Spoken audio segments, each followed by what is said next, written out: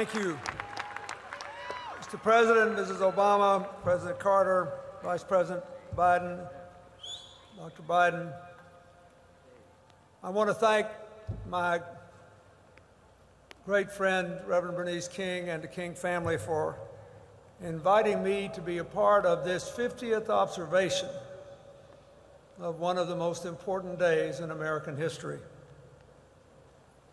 Dr. King and A. Philip Randolph, John Lewis and Bayard Rustin, Dorothy Height, Burley Evers, Daisy Bates, and all the others who led this massive march knew what they were doing on this hallowed ground. In the shadow of Lincoln's statue, the burning memory of the fact that he gave his life to preserve the Union and end slavery, Martin Luther King urged his crowd not to drink from the cup of bitterness, but to reach across the racial divide. Because, he said, we cannot walk alone. Their destiny is tied up with our destiny. Their freedom is inextricably bound to our freedom. He urged the victims of racial violence to meet white Americans with an outstretched hand, not a clenched fist, and in so doing to prove the redeeming power of unearned suffering. And then he dreamed of an America where all citizens would sit together at the table of brotherhood, where little white boys and girls and little black boys and girls would hold hands across the color line, where his own children would be judged not by the color of their skin, but by the content of their character. This march and that speech changed America. They opened minds, they melted hearts, and they moved millions, including a 17-year-old boy watching alone in his home in Arkansas. It was an empowering moment, but also an empowered moment. As the great chronicler of those years, Taylor Branch, wrote, the movement here gained the force to open, quote, the stubborn gates of freedom, and outflowed the Civil Rights Act, the Voting Rights Act, immigration reform, Medicare, Medicaid, open housing. It is well to remember that the leaders and the foot soldiers here were both idealists and tough realists. They had to be. It was a violent time. Just 3 months later, we lost President Kennedy. And we thank God that President Johnson came in and fought for all those issues I just mentioned. Just 5 years later, we lost Senator Kennedy. And in between there was the carnage of the fight for jobs, freedom, and equality. Just 18 days after this march, 4 little children were killed in the Birmingham church bombing. Then there were the Ku Klux Klan murders, the Mississippi lynchings, and a dozen others, until in 1968, Dr. King himself was martyred, still marching for jobs and freedom. What a debt we owe to those people who came here 50 years ago.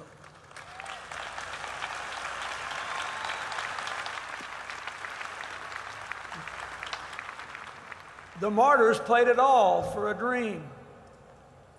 A dream, as John Lewis said, that millions have now actually lived. So how are we going to repay the debt? Dr. King's dream of interdependence, his prescription of wholehearted cooperation across racial lines, they ring as true today as they did 50 years ago. Oh yes, we face terrible political gridlock now. Read a little history. It's nothing new.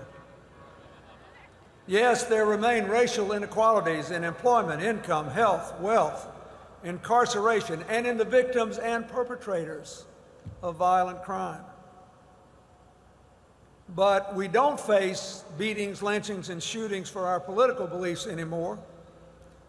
And I would respectfully suggest that Martin Luther King did not live and die to hear his heirs whine about political gridlock. It is time to stop complaining and put our shoulders against the stubborn gates holding the American people back. We cannot be disheartened by the forces of resistance to building a modern economy of good jobs and rising incomes, or to rebuilding our education system, to give all our children a common core of knowledge necessary to ensure success, or to give Americans of all ages access to affordable college and training programs. And we thank the President for his efforts in those regards. We cannot relax in our efforts to implement health care reform in a way that ends discrimination against those with pre-existing conditions, one of which is inadequate income to pay for rising health care.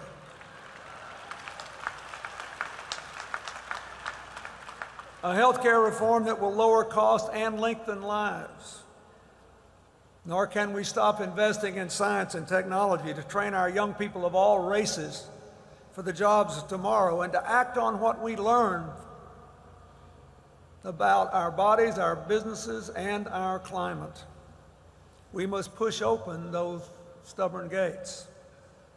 We cannot be discouraged by a Supreme Court decision that said we don't need this critical provision of the Voting Rights Act because look at the states. It made it harder for African Americans and Hispanics and students and the elderly and the infirm and poor working folks to vote.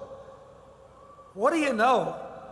They showed up, stood in line for hours, and voted anyway. So obviously we don't need any kind of law. But a great democracy does not make it harder to vote than to buy an assault weapon. We must open those stubborn gates. And let us not forget that while racial divides persist and must not be denied, the whole American landscape is littered with the lost dreams and dashed hopes of people of all races. And the great irony of the current moment is that the future has never brimmed with more possibilities. It has never burned brighter in what we could become if we push open those stubborn gates, and if we do it together. The choice remains as it was on that distant summer day 50 years ago. Cooperate and thrive, or fight with each other and fall behind.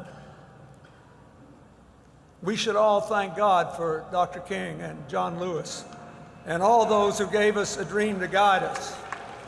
A dream they paid for, like our founders, with their lives, their fortunes, their sacred honor. And we thank them for reminding us that America is always becoming, always on a journey. And we all, every single citizen among us, have to run our lap. God bless them, and God bless America.